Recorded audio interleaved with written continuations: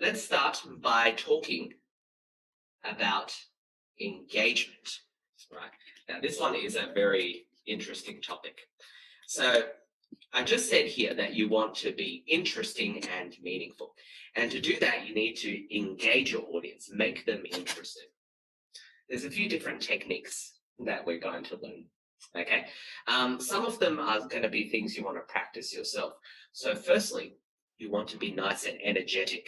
And Tom, this is something that's specifically targeted at you, I think, right? When you're using your voice, you want to make sure that your voice is going up and down. Your voice is moving around right? If your voice is too flat, you sound bored and not so interested. So when I talk to you guys, right, I try to, I guess, be as engaged as possible. Right. Now, there's no specific formula. This is something you get from experience. So when you talk to lots of people, right, you know what people sound like when they're excited or sad, right, or very amused or something like that. You want to try to copy those emotions. Use your body language. Again, it's not something I'm specifically going to teach, but it's got something to do with your posture and how you move your hands. Let me just say one thing. When you're talking to people, right, eye contact is part of body language. Looking at people is not just a sign of respect, but it is a sign of interest, right? So that's why we always try to look at people. But also note your shoulder and posture at the same time. I always say to people, nervous people are very, very easy to spot. You know how you see if someone's nervous? When their shoulders are hunched in like this. This is what we call the defensive position, like the get away from me kind of position, right? Shoulders nice and relaxed, right? And don't cross your arms or anything like that, right? Just keep yourself nice and loose, right? That shows that people that you're very comfortable. I mean, look at my shirt, right? I'm here to party, and that's what you want to kind of produce in your speech. Number 3, and this one is actually a language technique, so I'll make a few quick notes about this. You try to use what we call inclusive language, okay? So inclusive language is not a specific grammar thing at all. Inclusive language comes from the word including, right? What it means is you want to include people in your speech. So the perfect way for you to understand this is, how about this? You guys have all been to university before, right? How many of you guys have been to university in Australia? Tom, I know you have. Have you, Jessica? Or Faye?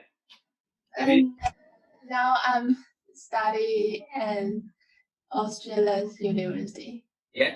So one of the things, I don't know how long you've been studying there, but one of the things that they ask you to do maybe once or twice a semester is they're going to ask you to do like oral presentations. Sometimes make a speech by yourself. Sometimes it's like a group work kind of thing where, you take turns, right? And when you're sitting in the audience watching speeches, right, some people are very good speakers. Some people stand up and they give a speech and they're very confident. They sound great. But more often than not, there's a group of people who do either one of two things, right? There's a group of people who have a bunch of notes or papers in their hands and they're just reading off it. Hello, my name is William. Today we're going to talk about economics or something like that, right? And there's another group of people who do this. They have a PowerPoint slide behind them and they're like, hi guys, so today we're talking about the relationship between the United States and China, like that, right? Now, the problem with those people is that they're not including you in their speech, right? If I've got notes blocking me, or if I'm not looking at you, it feels like you're not part of my conversation. A conversation is a two-way street, right? I talk, you have to respond. If I'm just talking to my papers or if I'm talking to the back wall, right, you feel like you're an outside observer. You're just watching the situation. And you know what? That's not as interesting, right? So using inclusive language is a way for you to bring people into your speech. So what is inclusive language exactly? Well, it's basically any language that's about things like you, we, and us, right? Instead of, for example, I, right?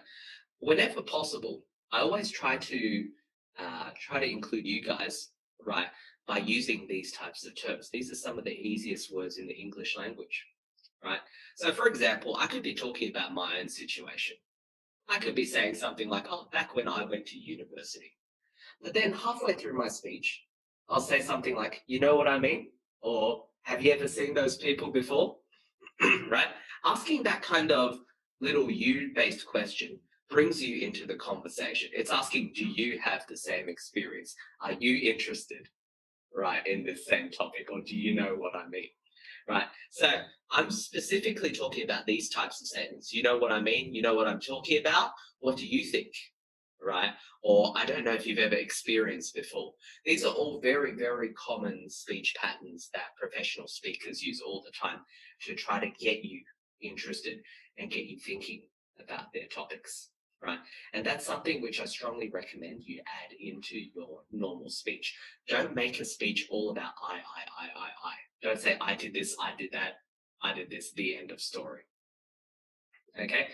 Try to involve people.